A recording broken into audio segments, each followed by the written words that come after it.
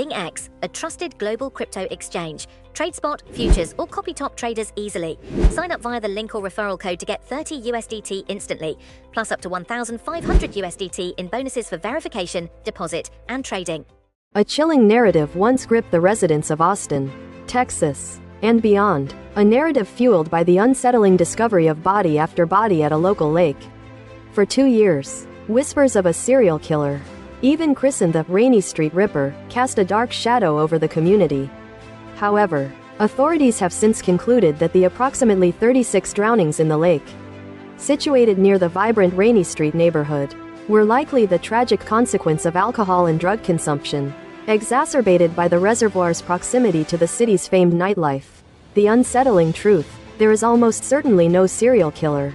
Yet, the question lingers: will this factual debunking be enough to quell the public's fascination? Or does America's enduring obsession with macabre mass murderers, both in reality and in fiction, render facts and truth almost irrelevant in the face of compelling narratives? A comprehensive report by researchers at Texas State University, in collaboration with the Austin Police Department, meticulously reviewed 189 cases spanning 2 decades. Their findings revealed no evidence of a serial murderer, nor any discernible patterns or hotspots of similar criminal activity.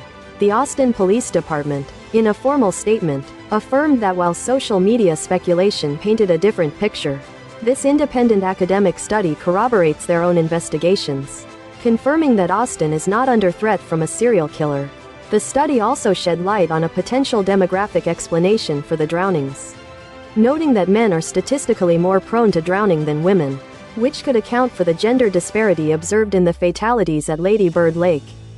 Dr. Kim Rosmo, a professor of criminal justice at the university and a pioneer in geographic profiling, a technique instrumental in locating the notorious serial killer Robert Pickton, known as the Pig Farmer Killer, commented on the prevailing social media frenzy. He observed to a local news outlet that the online world has been propagating something that's sensational to get a few more clicks, urging against the expenditure of resources chasing phantom serial killers. However, the absence of evidence of foul play, coupled with concerted efforts to dispel serial killer theories, may not be sufficient to extinguish the public's enduring interest. This pattern of debunked serial killer narratives is not unique to Austin. Last year, New York City police reported no evidence of serial killings despite the discovery of 3 men's bodies in a creek near 2 Brooklyn nightclubs over the course of just over a year. In August, authorities in Boston addressed widespread online speculation about a potential serial killer in New England following the discovery of multiple corpses across 6 states since April. The Massachusetts State Police, however, have maintained that there is no evidence to suggest such a threat. James Allen Fox, a criminologist at Northeastern University and author of several books on the subject, has pointed out that there is little commonality among the victims in these cases. Despite the declining numbers of serial killers, the public's fascination remains potent.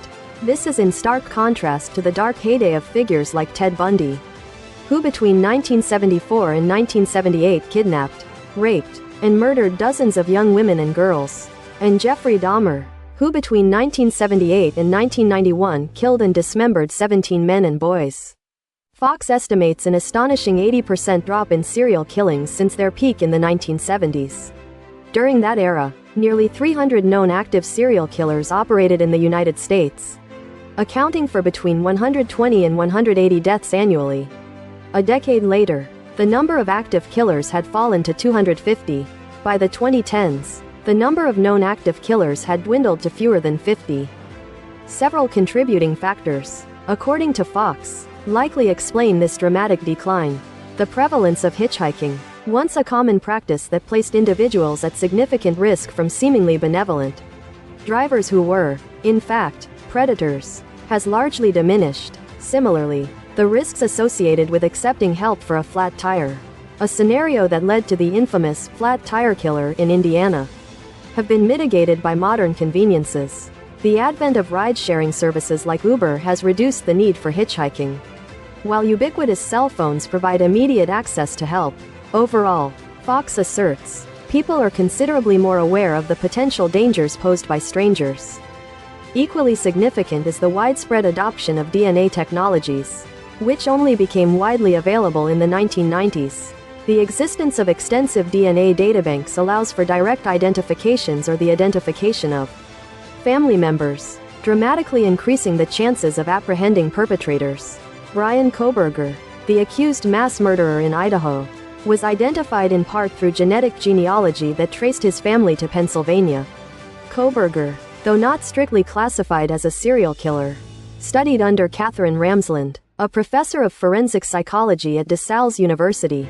Fox highlights that these advances in DNA technology empower authorities to identify killers before they can amass large numbers of victims. Furthermore, the proliferation of surveillance cameras, enhanced communication between law enforcement agencies across jurisdictions, and a reduction in street prostitution have all contributed to fewer opportunities for serial killers. Consequently, individuals like Kohberger, who tragically killed 4 students in a single residence in Moscow, Idaho, were apprehended before they could commit further crimes.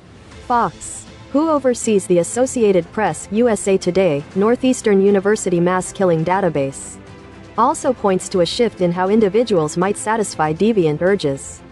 In the 1970s, outlets for sexual sadists were more limited.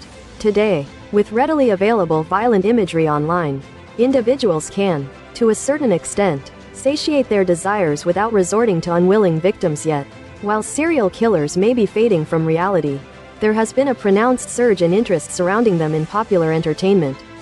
The accused Long Island serial killer, Rex Heuermann, who faces trial next year for the alleged murders of 7 women, has already been the subject of 2 documentaries detailing his alleged crimes.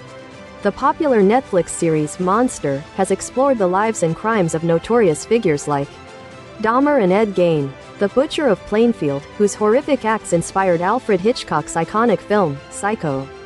Both of these series have achieved significant audience success. Fox observes, "It's the killers of yesteryear that are entertaining to people," noting that this fascination reflects the sheer number of such individuals in the past. So many in fact that 2 killers in California that were named Freeway Killer 1 and Freeway Killer 2. Horrifically, this decline in serial killings has coincided with the rise of a similarly disturbing and arguably more pervasive threat, mass shooters, particularly within schools. Fox explains that while serial killers, due to their often bizarre and extreme nature, garnered attention but not necessarily widespread fear beyond specific communities, mass shootings engender fear. This leads to people actively avoiding certain places, creating a fundamentally different kind of societal apprehension. Nonetheless, the fundamental human need to understand the motivation, or stark lack thereof, behind murder remains deeply ingrained. In her forthcoming book, The Monsters We Make, journalist Rachel Corbett intertwines her family's personal experience with murder with an exploration of criminal profiling, a discipline often described as more art than science. Corbett posits, society needs monsters. They serve as a mirror, reflecting back to us who we are and who we are not. Their terrifying nature lies in their ability to blur the boundaries between what is considered human and inhuman, serving as a chilling warning of what individuals could potentially become.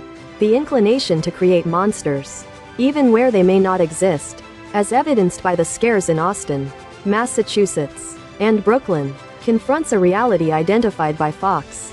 The era of the serial killer, if it ever truly existed as perceived, has been superseded. Even at its height, the serial killer epidemic was vastly overblown, she contends. Now we're catching old serial killers, but the new ones are doing one-off murders here and there.